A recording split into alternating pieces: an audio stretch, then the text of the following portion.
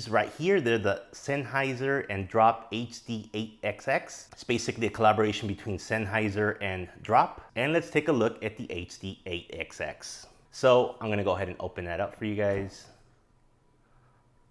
All right, let's take a look at this cable first. It's pretty beefy looking. Now the cable length is about 10 feet. It only comes with the 6.3mm plug, which is the bigger plug. It's not the standard 3.5mm that you see on most devices. However, you can get an adapter such as this Sennheiser adapter, which will convert it to a 3.5mm, and it plugs in just like that. So the outer covering of the audio cable is pretty soft and malleable. It's not gonna kink up on you. It's made of this really soft material and it looks pretty high quality. Taking a look at the plug itself is actually quite long. The strain relief is this part right here. And this is the actual plug, which is gonna stick out quite a bit on your amplifier, but I think it'll be okay. So I do wanna mention that the HD8XX only comes with a single-ended cable, unlike the headphone that this was based on, the HD800S.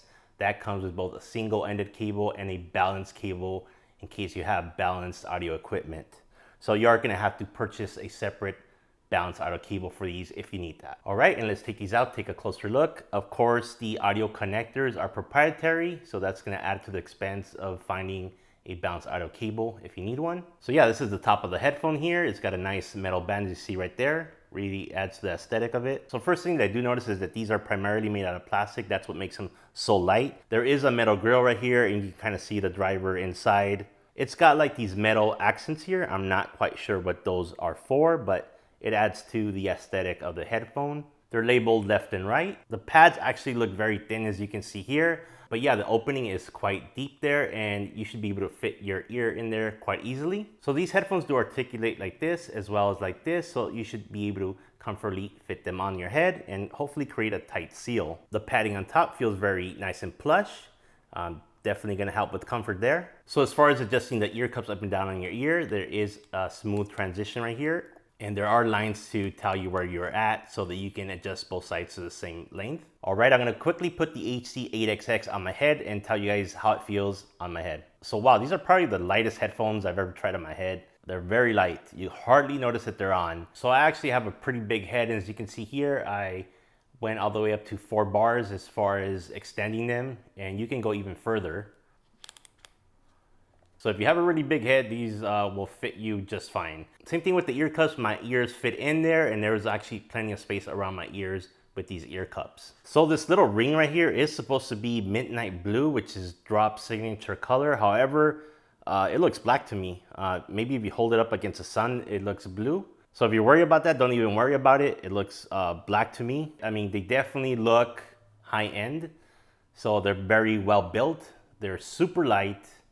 And the fit is pretty good. The fact that I can hardly feel them on my head, that's a plus because that means you can wear them all day. But what I'm gonna do now is I'm gonna hook these up to my TTT AAA789 amplifier and my PC and play some audio tracks as well as some DSD high-res audio.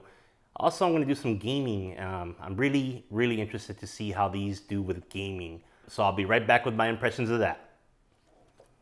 All right, guys, I am back. It's late at night. I've been testing the HD8XX for several hours now. Tried out with music and gaming as well. First thing I gotta say is that these headphones are probably the best sounding headphones that I own. And as you can see here on top, I own quite a bit of headphones that are considered really good headphones. So the DT1990 is excellent headphones. Fostex headphones, great. Odyssey headphones, I mean, those are planar magnetic, sound incredible. Even the HD6XX. So this is just in another league of its own compared to the HD6XX.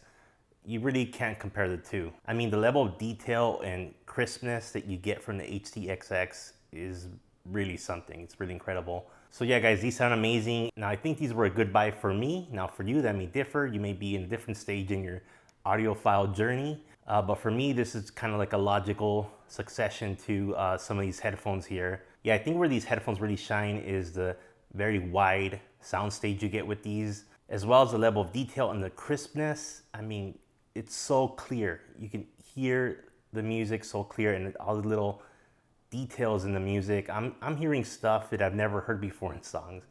That's how detailed it is. And yes, I'm happy to report that it has a good amount of bass. I'm really happy about that. That was my kind of #1 concern. Having spent some time with the HD 800s, and I felt like it was really flat sounding, didn't have much bass at all. So yeah, I really didn't like the HD 800s. If you like classical music or jazz, apparently they sound excellent for that. Unfortunately, I don't listen to much jazz or classical, so the music I listened to didn't quite work out with the HD 800s. It has a good amount of bass, it's just right. It doesn't have like that punch and slam that some other headphones do, but it's just the right amount. And I can totally say that I'm happy with the amount of bass that these have. And the best thing about these headphones is that even after using them for several hours, I got zero ear fatigue, which is not the same thing I could say for some other headphones, even the ones I own. Now I actually tried these headphones with gaming in games such as Warzone and Valorant, and they worked out very well.